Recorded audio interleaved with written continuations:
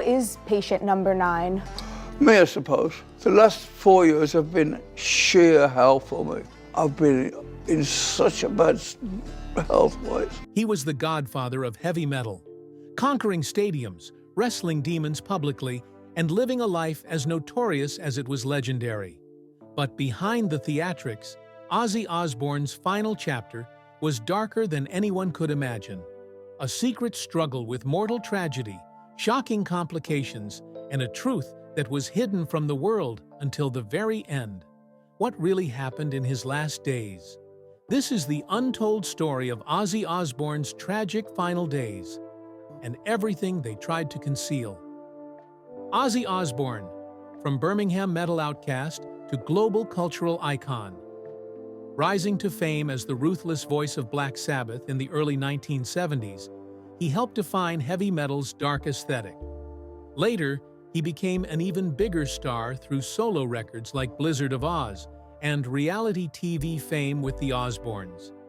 His public persona was larger than life, infamous for biting bats, stumbling through wild performances, and battling addiction in full view.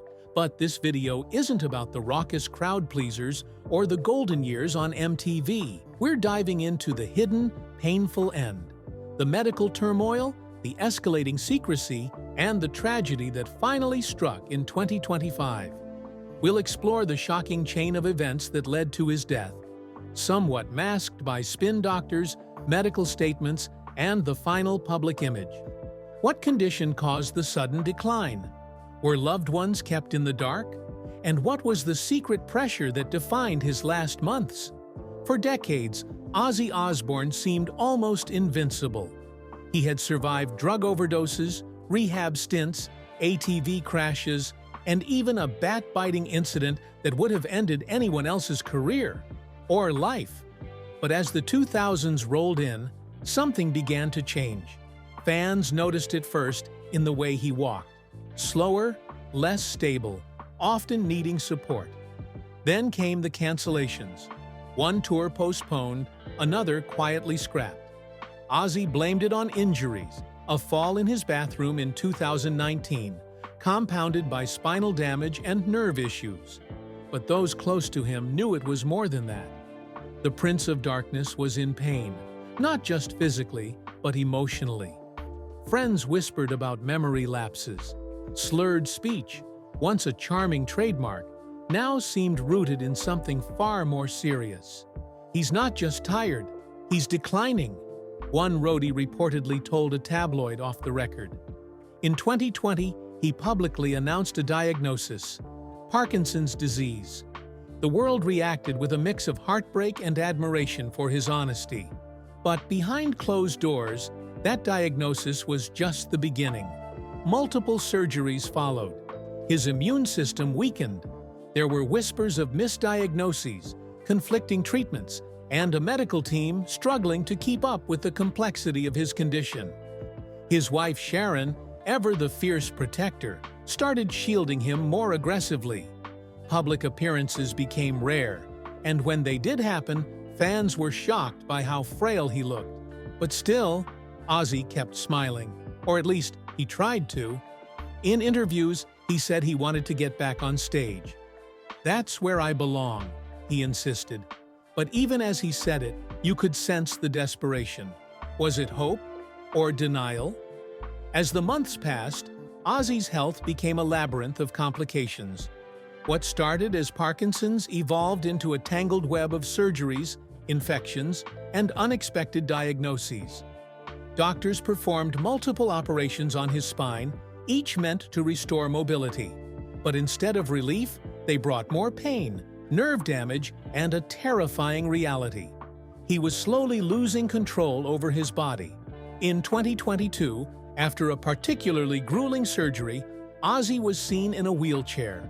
His team called it temporary, but insiders revealed a different story, that the surgery had triggered a chain reaction, impacting his central nervous system in ways that weren't fully understood. Behind the scenes, Sharon was battling hospitals, seeking second and third opinions. At one point, she reportedly flew in specialists from Europe for consultations. But there was no simple solution. The immune system of a 70-something man, already battered by years of substance abuse, wasn't responding the way doctors hoped. Compounding the problem was his mental state. Depression began creeping in. Ozzy, who had always masked his pain with humor and bravado, started retreating into himself. He rarely left his bedroom. Bandmates who tried to visit were sometimes turned away. He wasn't Ozzy anymore, one longtime friend would later confess. At the same time, his family was dealing with another crisis. Sharon had her own health scare, and their daughter Kelly gave birth to her first child. Joyful moments, yes, but moments Ozzy struggled to fully experience. His hands trembled too much to hold the baby. His speech was too garbled for a full conversation. It broke him. By 2023, whispers of dementia emerged. Though never publicly confirmed, signs pointed in that direction. Forgetfulness, agitation, confusion, all the symptoms were there. And still, the public remained largely in the dark. Why wasn't more being said? Why the silence? Because the Osbournes were fighting two battles, one against Ozzy's failing body and another against the crushing weight of public expectation. The man who had always seemed immortal was quietly falling apart, and no one wanted to believe it. Even as Ozzy's health spiraled, his image remained carefully controlled. In public, he was still the bat-biting rock legend, the Prince of Darkness, who'd cheated death too many times to count. But behind the curtains, it was a full-time job maintaining that illusion. Sharon, always the strategist, worked overtime to curate every public appearance. Social media updates were often recycled clips or heavily edited videos. When Ozzy did appear, he was framed from the waist up, sitting down, with lighting softened and camera angles designed to obscure his physical condition. In 2023, he made a surprise appearance at Comic-Con via video. Fans were thrilled, but something was off. His movements were stiff, his eyes less focused. He looks tired, fans commented. What they didn't know was that it had taken him over 3 hours to prepare for that short video. Makeup, lighting, rehearsed lines, all to maintain the myth. The truth was brutal. Ozzy could no longer walk unaided. His hands trembled so much that signing autographs became impossible. His speech required multiple takes, and many interviews had to be cut short due to exhaustion. Still, the Osbourne machine rolled on. Every once in a while, someone close to the family would let something slip. In a podcast interview, son Jack mentioned how hard it is watching a parent suffer. Sharon, in a rare, candid moment, said, "We're trying to hold on to hope, but it's hard." These were the cracks in the carefully constructed facade. But Ozzy? He never complained publicly. Even in pain, he joked, "I've been dead for years. No one told me," he quipped in one of his last interviews. That was his armor: humor, deflection, showmanship until the very end. And yet, even his fans began to sense the change. When his long-awaited farewell performance at the 2023 Power Trip Festival was canceled, rumors exploded. Some said he'd had a stroke. Others guessed cancer. But the official statement was vague. Due to ongoing health issues, Ozzy will be unable to perform. It wasn't a lie, but it wasn't the full truth either. Privately, Sharon was preparing for the inevitable. Lawyers were brought in. End-of-life directives were updated. Friends were warned. Still, the Osbournes remained silent. Perhaps it was pride, perhaps denial, or maybe they just wanted Ozzy to have peace, not paparazzi, in his final chapter.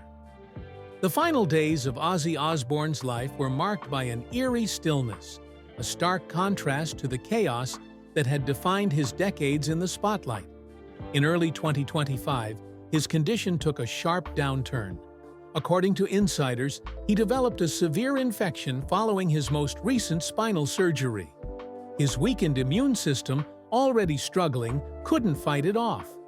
Doctors tried everything: strong antibiotics, round-the-clock care. But the infection spread, triggering a cascade of complications. His lungs weakened, his kidneys began to fail, and then came the hardest moment for his family: the decision to stop aggressive treatment. Ozzy was brought home, not to a hospital, but to his own bed, surrounded by familiar walls and family photos. Sharon refused to let the end happen under cold fluorescent lights. Instead, she brought him back to the Beverly Hills home where so many of their memories had been made. It was private, controlled, safe. During those final 48 hours, close family gathered. Jack and Kelly took turns at his bedside. Kelly reportedly sang to him, lullabies he used to hum when she was a baby.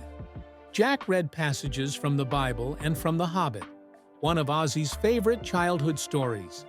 Even the family dogs were allowed into the room. He drifted in and out of consciousness, sometimes lucid, sometimes lost. At one point, according to a family friend, Ozzy looked around the room and whispered, "Is it over?"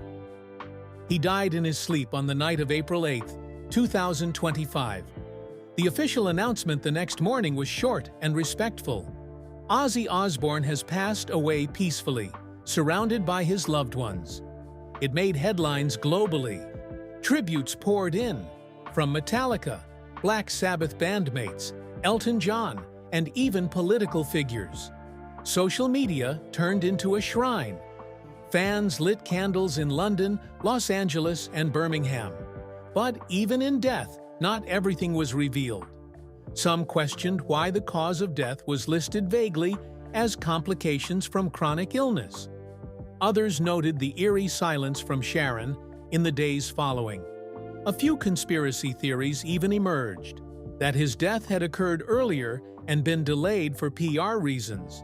None of it was confirmed. What was clear, though, was that an era had ended. The man who once seemed indestructible, who howled through the darkest parts of rock history, had finally gone quiet. But was that really the end? Ozzy Osbourne's passing was more than the death of a rock icon.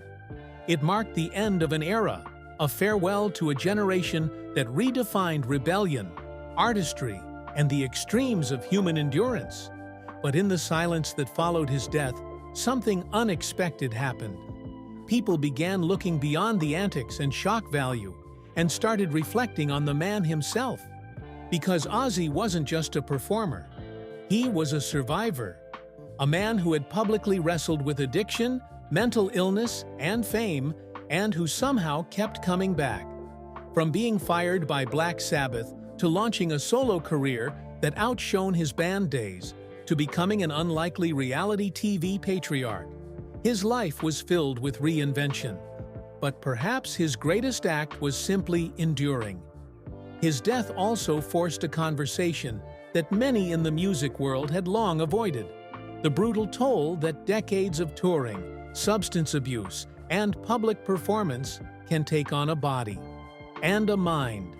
Musicians aren't immortal, and Ozzy, more than anyone, proved that even the loudest legends eventually fade into silence.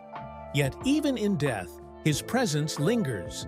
Fans continue to stream his music by the millions. Young artists cite him as an influence. Memorial tattoos, tribute concerts, and murals began appearing across Europe and America. His voice, raw, haunted, iconic, remains part of music history forever. Sharon, in her first public appearance after his passing, said simply, "He wasn't perfect, but he was real, and he was ours." That sentiment echoed across generations, from those who had seen him live in 1980 to Gen Z fans discovering Crazy Train for the first time on TikTok. What can we learn from Ozzy's final chapter? That fame doesn't shield you from pain, that legends bleed like the rest of us, but also that it's possible to face that pain with grace, humor, and an unshakable will to fight. Ozzy once said, "I'm not afraid of death. I just don't want to be there when it happens." And in many ways, he got his wish. he slipped away quietly, leaving behind a deafening legacy. His story reminds us that even icons are human, and that behind every legend, there's a person. Flawed, fragile, but unforgettable. Ozzy Osbourne's life was a symphony of chaos, rebellion, and raw humanity. In his final days, he showed us that even the strongest voices can grow quiet, but that doesn't make them any less powerful. His death may have marked the end of his physical journey, but his impact? Eternal. What do you think Ozzy's greatest legacy is? His music, his resilience, or the way he faced the end? Let us know in the comments. And if you want more true stories from the unseen side of fame, subscribe. Because this is where the real stories live.